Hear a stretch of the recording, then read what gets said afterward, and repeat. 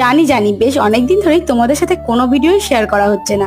তো আজকে চলে এসেছি বিপত্তারিণী চণ্ডী বাড়িতে আজকে বিপত্তারিণী ব্রত করতে।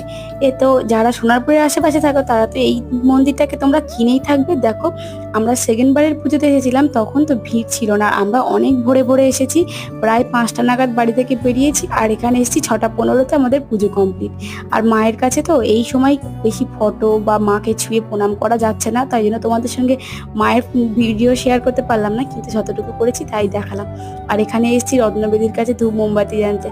আর যখন এসেছি এক কাজে দুই কাজ করে নেওয়ার জন্য গঙ্গা থেকে নিয়ে নিচ্ছি জল, কারণ সামনেই আছে আমাদের বাড়িতে পুজো, তাই গঙ্গা থেকে নিয়ে নিচ্ছি জল। আর দেখো মা জল ভরছে গঙ্গাতে।